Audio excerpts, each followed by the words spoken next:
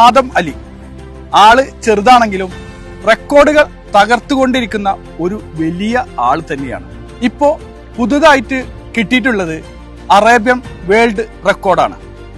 ഈ Arabian world record എങ്ങനെ കിട്ടിയത്? 153 സ്നേക്സിന്റെ നെയിം പറഞ്ഞോ? അടിപൊളി അടിപൊളി. ഓക്കെ, അപ്പൊ ഇതിന് മുന്നേ എന്തൊക്കെയാണ് കിട്ടിയിട്ടുള്ളത്? ഇന്ത്യ ബുക്ക് ഓഫ് റെക്കോർഡും കലാം വേൾഡ് റെക്കോർഡും ഇന്റർനാഷണൽ ബുക്ക് ഓഫ് റെക്കോർഡും. ഈ 3 എണ്ണത്തിന് ശേഷമാണ് ഇപ്പൊ അറേബ്യൻ വേൾഡിലേക്ക് നമ്മൾ എത്തിയിട്ടുള്ളത് അല്ലേ? ഓക്കെ, അന്ന് ഞാൻ ഒരു ഇന്റർവ്യൂ പറഞ്ഞപ്പോ പറഞ്ഞിട്ടുണ്ടായിരുന്നു, എന്താ പറഞ്ഞിട്ടുണ്ടായിരുന്നത്? ഗിന്നസിൽ എത്തുന്നു പറഞ്ഞില്ലേ? നമുക്ക് അടുത്ത ഗിന്നസിലേക്ക് പോണ്ടേ? അപ്പൊ എവിടെയാണ് പഠിക്കുന്നത്? മോഡേൺ ഹയർ സെക്കൻഡറി സ്കൂളിൽ. അപ്പൊ മോഡേൺ ഹയർ സെക്കൻഡറി സ്കൂളിലാണ് ആദം പഠിച്ചുകൊണ്ടിരിക്കുന്നത്. അപ്പൊ നമ്മുടെ ആദം അലിയുടെ കുടുംബമാണ് ഉള്ളത്.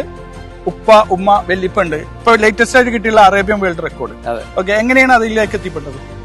അത് തന്നെ ഇതേപോലെ നമ്മൾ ഇന്ത്യ ബുക്ക് ഓഫ് റെക്കോർഡും മറ്റുള്ള റെക്കോർഡും കൊടുത്തപ്പോ അതിനേത് അടുപ്പിച്ചിട്ടുള്ള പ്രചോദനം തന്നെയാണ്. അവൻ പിന്നെയും ക്യാച്ച് ചെയ്യുന്നുണ്ട്. അങ്ങനെയാണ് എത്തിയത് അല്ലേ? ഓക്കെ, ഇതിന്റെ ഒക്കെ ഇത് എങ്ങനെയായിരുന്നു? ഓൺലൈനിലാണോ ചെയ്യുന്നത്? എങ്ങനെയാണ് ഉണ്ടായിരുന്നത്? ഓൺലൈനിലാണ് ചെയ്തത്.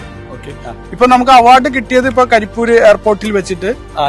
അവിടുന്ന് ആരെ വന്നിട്ടുണ്ടായിരുന്നു?